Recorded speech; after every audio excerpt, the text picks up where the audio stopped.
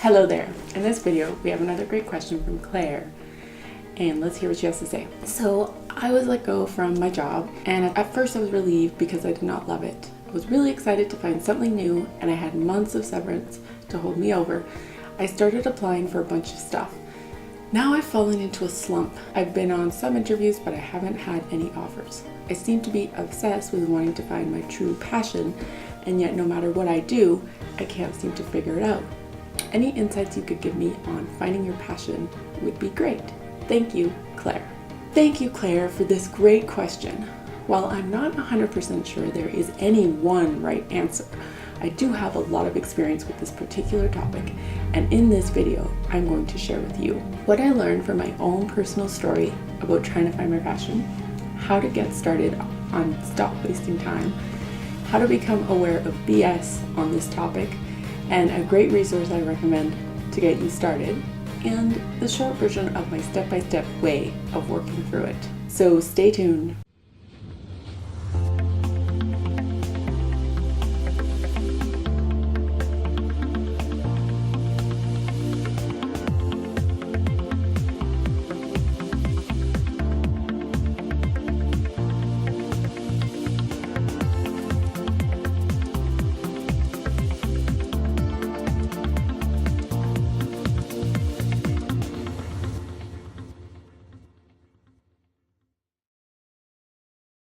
Boy, do I know how you feel. I was in the same spot a while back.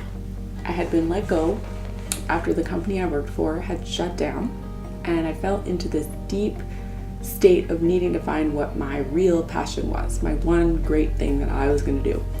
I watched video after video trying to figure it out. I Googled what's my passion, how to find my passion. I watched TED Talk after TED Talk. I took personality test after personality test. I asked my friends, what do you think I should do? What am I good at? What would be the best thing for me to do? I had a long list of ideas, a long list of things I was interested in, and I wanted just one thing so bad, something that I could pour my heart and soul into and just get on with my life. Something that was a part of me and not just another job. So from my experience, here are 5 juicy pieces of information that I think will really help you get moving. So number 1, the most important thing I learned from my own experience, and that was definitely sitting around wasting time looking for my passion.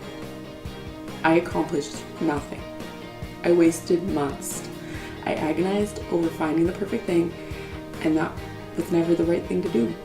I accomplished nothing, and I had nothing to show for it. I was farther away from finding my passion because what I learned was that watching TED Talks, no matter how awesome they were, or taking personality tests, could ever give me the answer that I needed. So what is the answer to this burning question? How do I find my passion? Number 2, get in it. Get your hands dirty. Start by doing something, anything. Try something new, do some stuff. If you're waiting for the perfect horse on the carousel to come around, you've missed like 5 horses already, and they're all just as good. Just get on one horse. This is something that my friend Seth Godin said, and I love him for saying it because it is so true. If, for example, you're interested in wedding planning or kids party planning, professional photography, accounting, and let's say catering, you're interested in all those things, you think you might be happy doing one of them. You can get into those environments without jumping in with both feet right away. You can volunteer your time, do something to explore that interest, take the first opportunity that comes up and look for opportunities frequently. Take a photography class, intern or volunteer for a catering company, host your own dinner party, volunteer to plan a friend's birthday party or her kid's birthday party, do some bookkeeping for your parents' business. Opportunities are everywhere. You just need to look for them and jump on them when they come around. Number 3, be aware of bad BS. When I say BS, I mean belief systems. So don't wait to find your perfect passion before you get started on doing something. You don't need to wait. And the fact is, you shouldn't wait.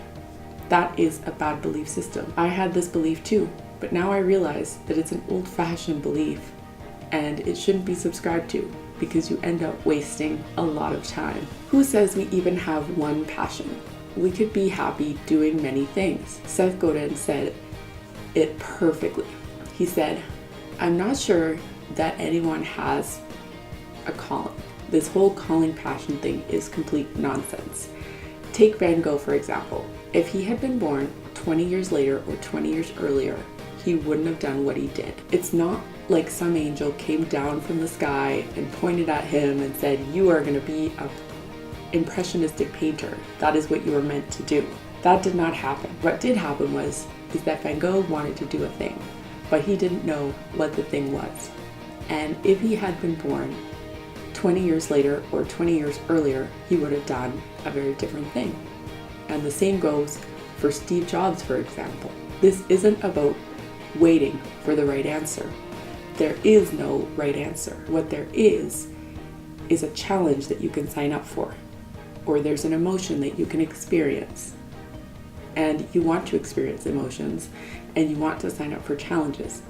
Those things will get you really excited and juiced. Number 4, try reading something a bit different or unexpected to get your mind out of the traditional thinking of finding your passion. A great resource that I recommend you read if you're in this position right now is called The Desire Map by Danielle Laporte. It's a great book, and it gives you a different perspective on kind of finding your passion and how it might show up in a different way. So experiencing emotions in whatever form they might come. Because what is our end goal really? Feel a certain way. To feel fulfilled in our lives, or to feel abundant, or to feel happy, or to feel joy in our work. It's not always about the thing we're doing, and even though it appears that way, it's not always about the thing. Number 5, is there an easier way? And this is my favorite, because let's cut to it. This all sounds like a lot of work, doesn't it? Is there any easier way? And the answer is yes and no. If you're a bit more like me and you wish there was a step-by-step process on how to find your passion, well, the good news is there is, but it does still take work. It's not a super easy process, but it is a practical way to do it, and I've been working on really mastering it. If you're the kind of person who loves the step-by-step process, it does exist. And I'm gonna give you this short version of it right now. Step 1 is research some ideas first that you think you might really like, and pick your top 3. Step 2 is test them out by talking to people who are doing the thing or experts in that field. Step 3, ask yourself after talking to people and researching, am I still interested in these ideas? After doing those things, if the answer is yes, go for it, go try it out. If the answer is no, repeat the process and go back to the beginning until you find something that actually fits you. And that brings us to the end of the 5 juicy tips. I hope you have had a great time with me today watching this video.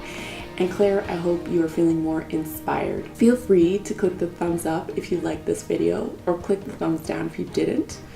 Now I'd love to hear from you. What is the first action you're going to take after you watch this video? Are you going to make your list of possible passions? Are you going to read the Desire Map?